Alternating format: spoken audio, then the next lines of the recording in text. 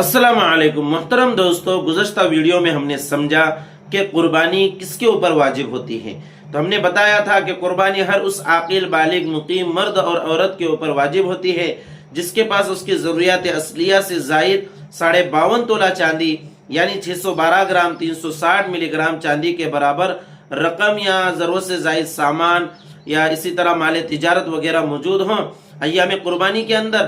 तो उस शख्स के ऊपर कुर्बानी वाजिब होती है। अब यहाँ पर एक मसला ये है कि किसी शख्स के पास तो कुर्बानी के निसाब के बकदर माल मौजूद है, यानी उसके पास उसकी ज़रूरियात असलिया से ज़ायद 52.5 तोला चांदी यानी 612 ग्राम 360 मिलीग्राम चांदी के बराबर उसके पास ज़रूरत से ज़ायद सामान रकम वगैरह मौजूद हैं,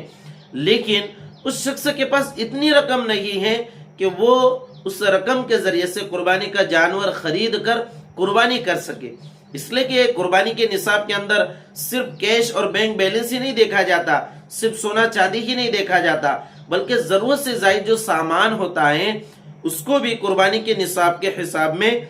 लगाया जाता है। अब देखिए, मिसाल के तौर पर एक शख्स है, उसके पास जरूरत से ज्यादा सामान इतना है कि जिसकी रकम 52.5 तोला चांदी यानी 612 ग्राम 360 मिलीग्राम चांदी के बराबर बनती है। तो ऐसे शख्स के ऊपर कुर्बानी वाजिब है, लेकिन उसके पास कैश मौजूद नहीं है कि वो उसके जरिए से कुर्बानी का जानवर खरीद सके और कुर्बानी कर सके। तो ऐसा शख्स क्या करे? क्या ऐसा शख्स कर्ज लेकर कुर्बानी करे या कोई और इसकी सूरत है? तो देखिए, इस मसले को अच्छे से समझिए कि अगर किसी के ऊपर कुर्बानी वाजिब है लेकिन उसके पास कैश मौजूद नहीं है, बैंक बैलेंस मौजूद नहीं है, रुपये पैसे नहीं है कि वो कुर्बानी का जानवर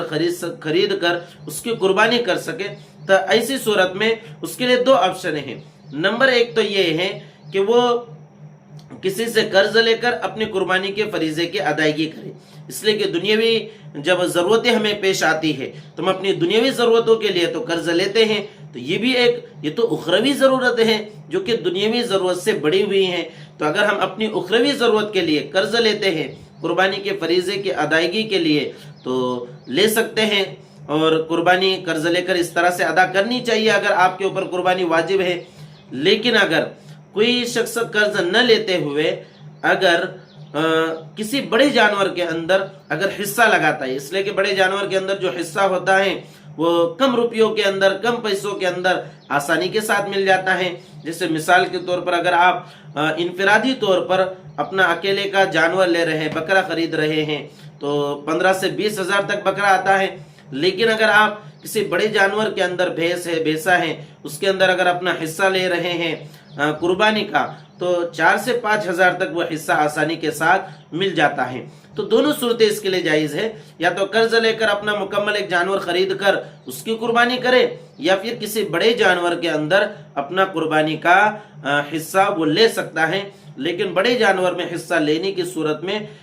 जो शुरका के जो शराइत होते हैं उन शराइत को मद्देनजर रखना चाहिए कि जितने भी लोग उस बड़े जानवर में कुर्बानी के जानवर में शरीक है, सबकी नीयत इबादत की होनी चाहिए, किसी की नीयत सिर्फ गोश्त खाने की नहीं होनी चाहिए। इसलिए कि बड़े जानवर के अंदर जो लोग कुर्बानी के हिस्से लेते हैं उसमें बड़े मसाइल होते हैं, तो उन मसाइल को भी अच्छे से समझकर अपनी कुर्बानी की अदायगी की फिक्र करनी चाहिए। अल्लाह रब्बुल इज़्ज़त से दुआ है कि अल्लाह रब्बुल इज़्ज़त हम सबको कुर्बानी के इस अहम फरीज़े की अदायगी की तौफीक मरहमत फरमाए। वस्सलामु अलैकुम।